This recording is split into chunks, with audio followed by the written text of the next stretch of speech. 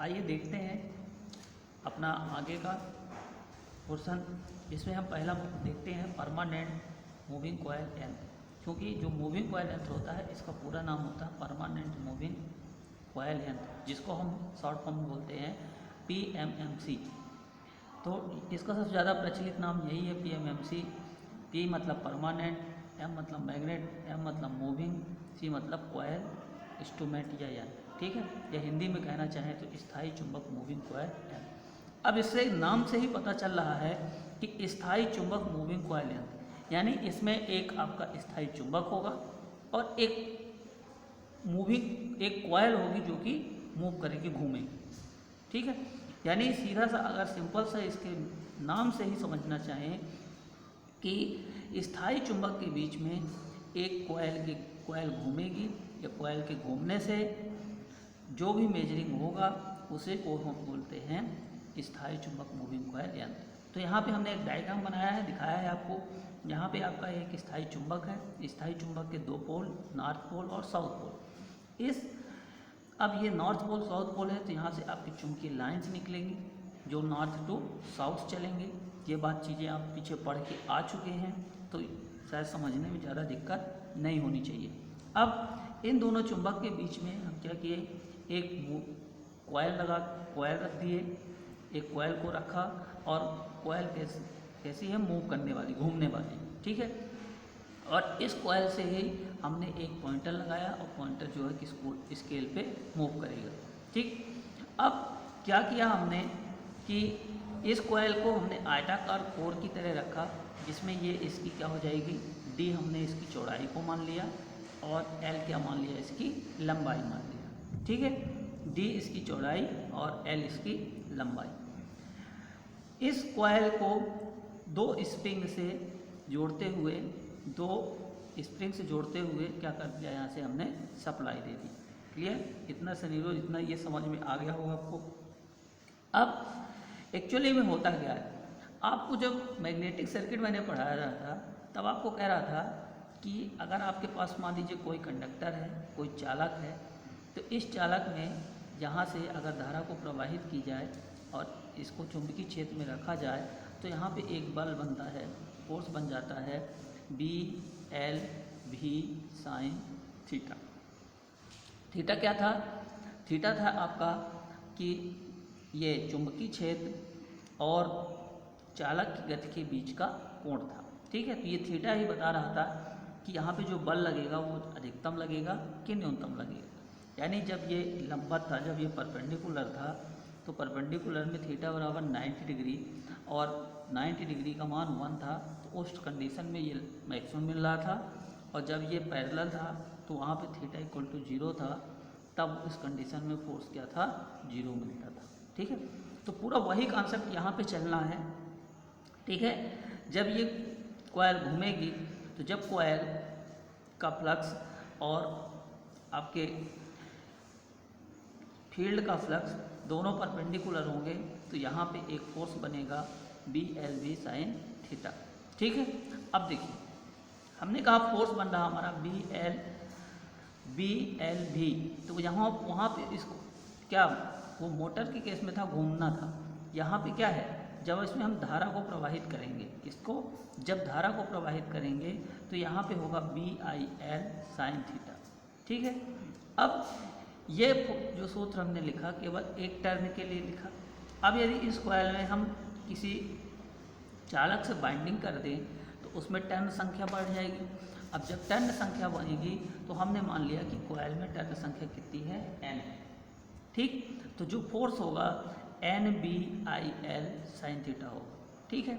अब आपको टॉर्क की परिभाषा पता होना चाहिए कि मान लीजिए आप किसी, ये रेडियस है, यहाँ से ये हमारा क्या है, ये रेडियस है, और यहाँ पे आप इसमें जब फोर्स लगाएंगे तो जब फोर्स लगाएंगे तो ये चीज़ क्या होगी, घूमेगी, घूमने का प्रयास करेगी। और जब घूमने का प्रयास करने के लिए उसमें क्या होगा, एक टॉर्क लगेगा। भाई घुमाव बल लगेगा तभी तो वो घूमेगी ना, तो वो जो घुमाव बल होता है उसी को टॉर्क कहते हैं। तो जो ये घुमाव बल होगा, टॉर्क होगा, वो क्या होगा, इस फोर्स और इस रेडियस के मल्टीप्लिकेशन के बराबर होगा, गुणन, ये होगा। तो यही चीज़ कहा हमने कि यहाँ पे ये फोर्स लगा ये, और ये क्या है डी, इसकी चौड़ाई है। तो जब इसमें फोर्स लगेगा तो ये घूमेगा, तो ये किससे फोर्स लगेगा और इसका चौड़ाई कितना है डी। तो जब आप यहाँ पे लिखेंगे बल गुणे चौड़ाई बराबर आपको मिलने वाला है यहाँ पे टॉर्क।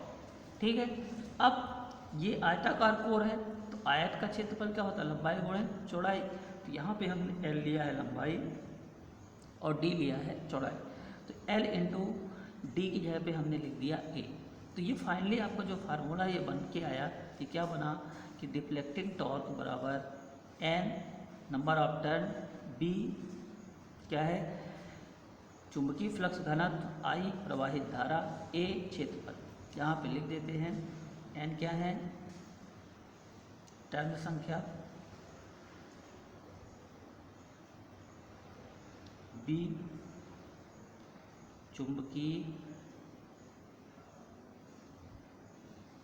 फ्लक्स घनत्व, आई प्रवाहित धारा, और ए कोर का क्षेत्रफल।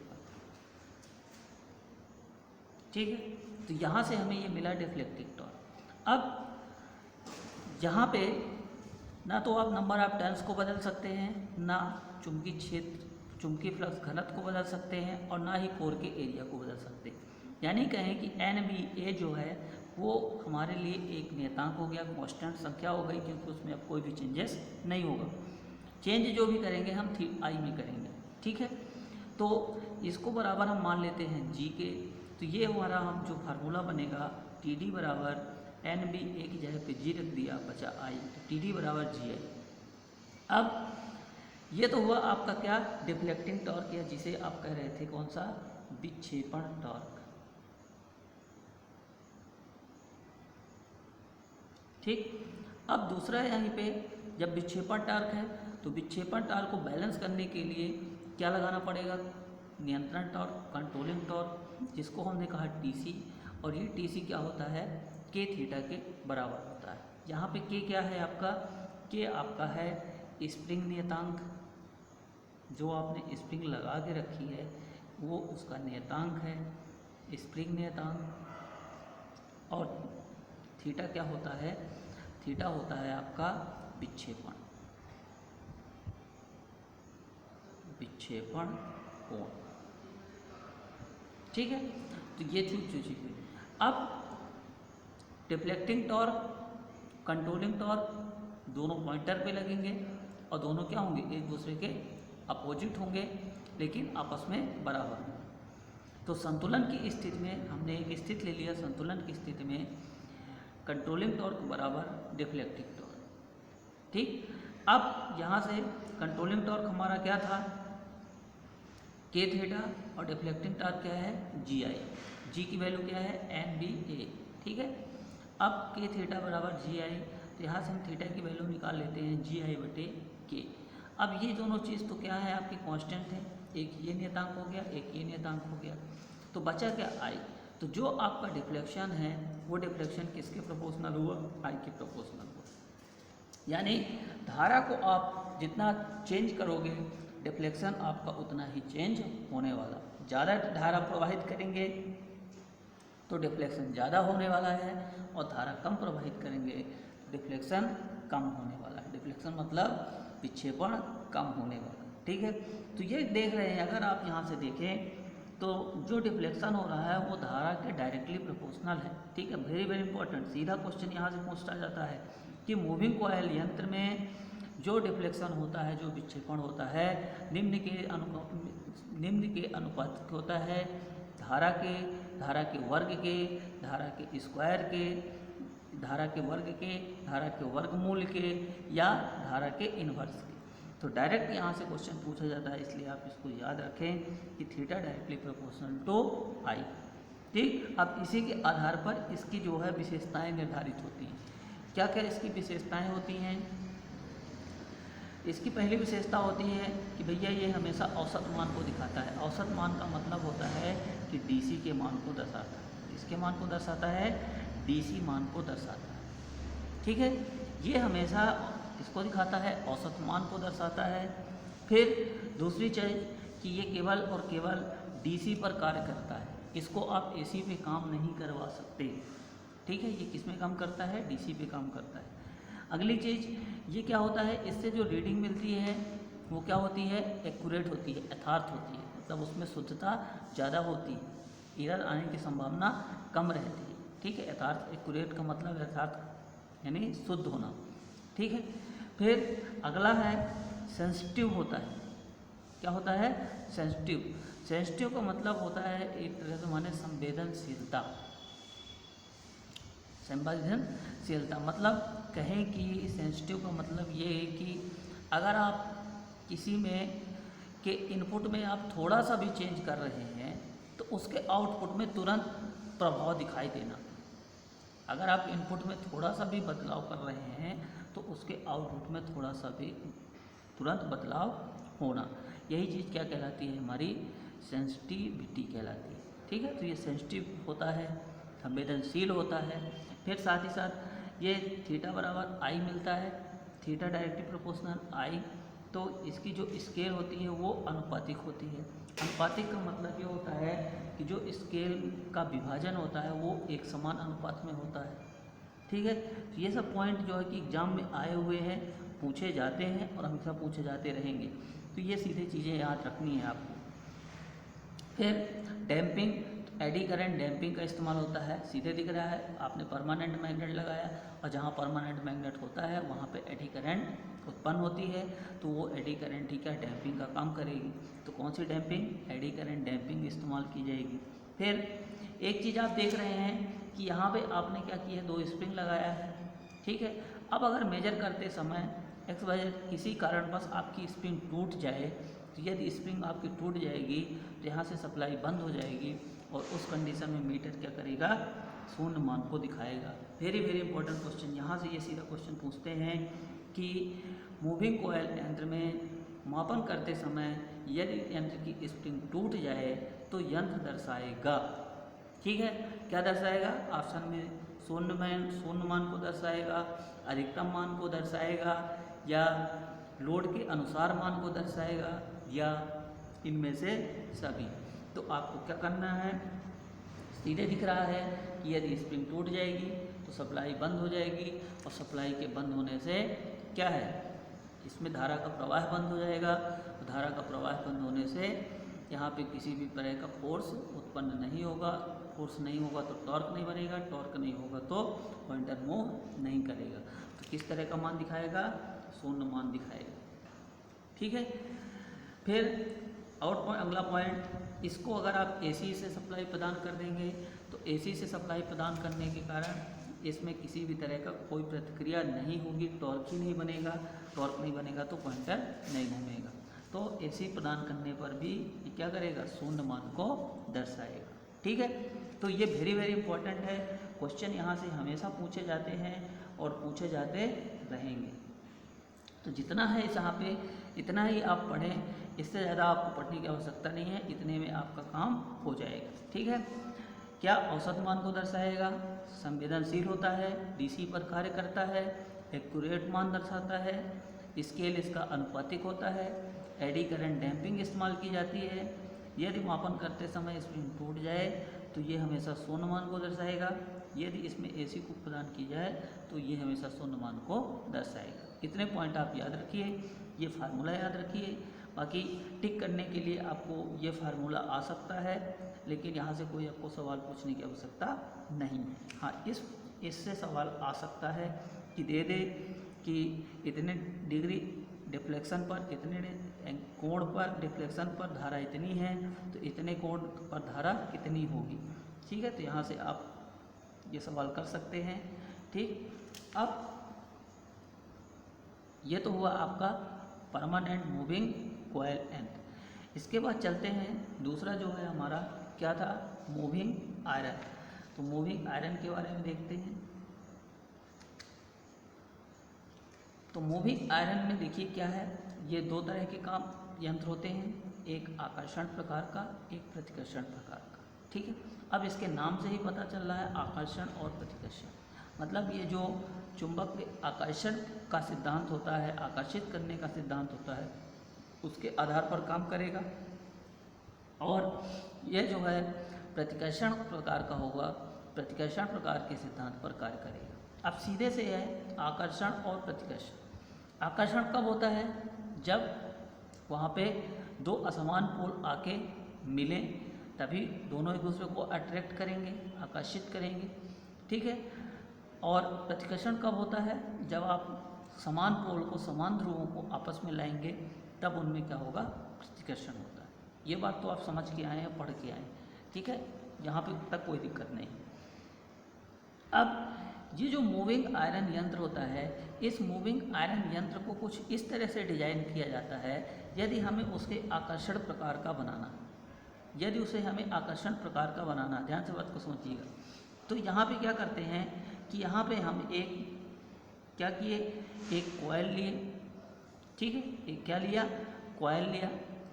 कॉइल से जोड़ते हुए हम क्या कर देते हैं? एक मूविंग आयरन लगा देते हैं। कॉइल बनाया है हमने यहाँ पे, ठीक, कॉइल में बाइंडिंग की जो भी है, कॉइल बनाया, कॉइल से जुड़ती हुई हमने क्या किया? एक मूविंग आयरन, मतलब एक घूमने वाला लोहे का चक्ति लगा देते हैं, लोहे की डिस्क लगाते हैं इस कॉइल से जोड़ते हुए, ठीक है। अब इस चक्ति से होते हुए हम एक पॉइंटर लगाए जो कि स्केल पे मूव करेगा, ठीक, और उसके तरफ दूसरी तरफ हम क्या किए? एक डैम्पिंग सिस्टम लगाया। क्या लगाया? डैम्पिंग सिस्टम लगाया, जो भी है इन डैम्पिंग जो उपयोग होगी उसको लगाएंगे। अब यहाँ पे जो डैम्पिंग लगाते हैं वो डैम्पिंग होती है हमारी एयर फ्रिक्शन डैम्पिंग। अब एयर फ्रिक्शन डैम्पिंग अभी थोड़ी देर पहले हमने आपको बताया था कि उसमें एक एयर चैम्बर में एक पिस्टन नुमा पत्ती लगाते हैं, ठीक है, और उसको कहाँ से जोड़ देते हैं? पॉइंटर्स के स्पिंडल से जोड़ते हैं, ठीक है। साथ ही साथ इसमें हम कंट्रोलिंग भी लगाएंगे, तो कंट्रोलिंग के लिए ग्रेविटी कंट्रोल लगाते हैं। तो ग्रेविटी कंट्रोल में आपको बताया गया है कि जो पॉइंटर होता है, पॉइंटर के दूसरी तरफ उस पर कुछ वेट लगा देते हैं, उसको बैलेंस करने के लिए उसमें कुछ वेट रख देते हैं, ठीक है। अब देखिए होता क्या है, यहाँ पे आकर्षण या प्रतिकर्षण बनाना हमारे हाथ में, जैसे हमने कहा कि एक ये चुंबकीय सुई है, एक ये चुंबकीय सुई है, तो इसका अपना, जब आप इसमें धारा को प्रवाहित करेंगे, जब इसको सिस्टम से लगाएंगे किसी, तो इसमें धारा प्रवाहित होगी, जिसके कारण इसका अपना एक फ्लक्स बनेगा, ठीक है, मतलब ये इसमें अपने पोल होंगे नॉर्थ और साउथ स्वयं के। साथ ही साथ आपने एक कॉइल लगा के रखी है, ठीक है, तो कॉइल भी अपने पोल बनाएगी। अब इसके पोल और इसके पोल, जब आप इस सिस्टम को कुछ इस तरह से बना दें कि इसके पोल और इसके पोल दोनों आपस में क्या हों? अलग अलग हो, मतलब इसका नॉर्थ इसका साउथ, कुछ इस तरह से करें, तो ये क्या करेगा? अट्रैक्शन टाइप का बन जाएगा, मतलब अपने आकर्षित करेगा। और यदि इसके पोल को कुछ इस तरह से बना दें कि ये समान समान पोल हो जाए, ये असमान समान समान पोल हो जाए, इधर इधर और इधर इधर, तो ये क्या करेंगे? एक दूसरे को प्रतिकर्षण करेंगे, ठीक है। अब ये डिपेंड किस पे करेगा? ये जो डिपेंड कर रहा है कि वो आकर्षण का बनेगा कि प्रतिकर्षण का बनेगा, ये डिपेंड करता है यहाँ पे जब आप कॉइल में बाइंडिंग करते हैं तो आपके बाइंडिंग करने के तरीके पे, कि बाइंडिंग आप किस तरह से कर रहे हैं, ठीक है। बाइंडिंग करने के तरीके पर ही ये डिपेंड करेगा कि वो यहाँ पे आकर्षण का बनेगा या प्रतिकर्षण का बनेगा। क्यों? क्योंकि आपने ये जो मूविंग आयरन लगा के रखी है, यहाँ पे घूमने वाला आयरन पात्र लगा के रखा है, इसके पोल तो फिक्स है, इनको आप चेंज नहीं कर सकते, ठीक है। चेंज किसको करोगे? इसके पोल को चेंज करोगे। जब तक पोल चेंज नहीं होंगे तो ये आकर्षण और प्रतिकर्षण का नहीं बनेगा, ठीक है। तो पोल चेंज करने के लिए ये डिपेंड, पोल चेंज होना किस पे डिपेंड करता है? बाइंडिंग करने के तरीके पर डिपेंड करता है कि आप बाइंडिंग किस तरह से कर रहे हैं। करने का मतलब जैसे मान लीजिए ये आपका कोर है, तो इस पर आप बाइंडिंग कर रहे हैं, तो बाइंडिंग करने के लिए तार ऐसे डालोगे या तार आप ऐसे डाल रहे हो, ठीक है। तो जिस तरीके से आप तार डालोगे उसके आधार पर क्या होता है, ये आकर्षण और प्रतिकर्षण टाइप का बनता है। आगे हम देखेंगे, जब सेकेंड ईयर में आएंगे, बाइंडिंग पढ़ेंगे, वहाँ पे देखेंगे कि कैसे हम पोल को बनाते हैं। अभी आपको बताने से कंफ्यूज हो जाओगे, बस आप इतना याद रखें कि आकर्षण और प्रतिकर्षण का गुण बाइंडिंग करने के तरीके पे आता है। ठीक है, तो ये एक मूविंग आयरन का डायग्राम है। अब जहाँ पे जो विक्षेपण टॉर्क होता है, जो इस पे विक्षेपण टॉर्क बनेगा वो विक्षेपण टॉर्क टी बराबर 1/2 आई स्क्वायर डी एल बटे डी थीटा। ठीक है, यहाँ पे आई स्क्वायर क्या है, इसकी धारा और इसकी धारा, दोनों की धारा। ठीक, तो आई स्क्वायर डी एल बटे D theta. Controlling torque T C बराबर के थीटा। जब आप संतुलन की स्थिति में लाके आएंगे तो टी डी बराबर टी सी हो जाएगा। ये भी पूछी जाती है कि किसी भी मापक यंत्र के लिए संतुलन की स्थिति क्या होती है, तो संतुलन की स्थिति विक्षेपण टॉर्क बराबर नियंत्रण टॉर्क। ठीक है, अब जब आप इसको यहाँ पे के थीटा बराबर 1/2 आई स्क्वायर डी एल बटे डी थीटा करेंगे तो यहाँ से आपको थीटा का मान निकल के आ जाएगा 1/2 आई स्क्वायर बटे के डी एल बटे डी थीटा। ठीक है, तो यहाँ पे अगर आप देखें कि जो थीटा है वो आई स्क्वायर के डायरेक्टली प्रोपोर्शनल है। किसके प्रोपोर्शनल है, आई स्क्वायर के। अब जब ये आई स्क्वायर के प्रोपोर्शनल है तो इस आई स्क्वायर की वजह से, ठीक है, किसके प्रोपोर्शनल है, आई स्क्वायर के प्रोपोर्शनल। वहाँ पे किसके प्रोपोर्शनल था, आई की प्रोपोर्शनल था। अब इसकी कुछ विशेषताएं देख लेते हैं। इस यंत्र में का उपयोग हम डीसी और एसी दोनों प्रकार के लिए कर सकते हैं। डीसी और एसी दोनों प्रकार के लिए कर सकते हैं। ठीक है, साथ ही साथ यहाँ पे देख रहे हैं थीटा बराबर आई स्क्वायर, तो थीटा बराबर आई स्क्वायर में का मतलब है कि इसका पैमाना क्या है, अनुपातिक नहीं होगा। जो स्केल है वो अनुपातिक नहीं होगी, क्या होगी, क्रैंक होगी। अब अनुपातिक नहीं का मतलब होता है कि आप स्केल कुछ इस तरह से बनेगी कि शुरू में स्केल सघन रहती है और बाद में बहुत ज़्यादा विरल हो जाती है। यानी ये कहें कि कुछ इस तरह का सिनेरियो कि शुरू में जो रीडिंग होगी कुछ बहुत जल्दी जल्दी आपको मिलेगा 1 इस तरह से 2, और फिर बाद में ये क्या है, इसकी दूरी यूँ इस तरह से बढ़ने लगती है। ठीक है, तो इसी को कहते हैं क्रैंक, मतलब अनुपातिक नहीं होना। ठीक, स्केल इसकी क्या होती है, कुछ इस तरह की होती है। फिर ये इसमें जो होता है, देखिए यहाँ पे आपने वेट लगाया है, तो वेट कहाँ लगता था, गुरुत्वीय नियंत्रण प्रणाली में, तो गुरुत्वीय नियंत्रण प्रणाली प्रयोग करते हैं। ठीक है, फिर वायु घर्षण, एयर चैम्बर लगा के रखा है तो वायु घर्षण अवमंदक प्रणाली प्रयोग की जाती है। ठीक, फिर साथ ही साथ क्या करते हैं, या भी देख लेते हैं कि इसकी जो रीडिंग होती है वो एक्यूरेट नहीं होती, एरर होने की संभावना ज़्यादा होती है। ये कम सेंसिटिव होता है, मतलब तुरंत इनपुट देने पे आउटपुट नहीं देता। ठीक है, और सबसे चीज़ ये होती है कि ये सस्ता होता है। ठीक है, तो इस सस्ते होने के कारण ही हम इसका उपयोग सबसे ज़्यादा करते हैं। ठीक है, और इसका उपयोग हम वोल्टेज मेजरमेंट में नहीं कर सकते। वोल्टेज मापन में इसका, इस यंत्र का उपयोग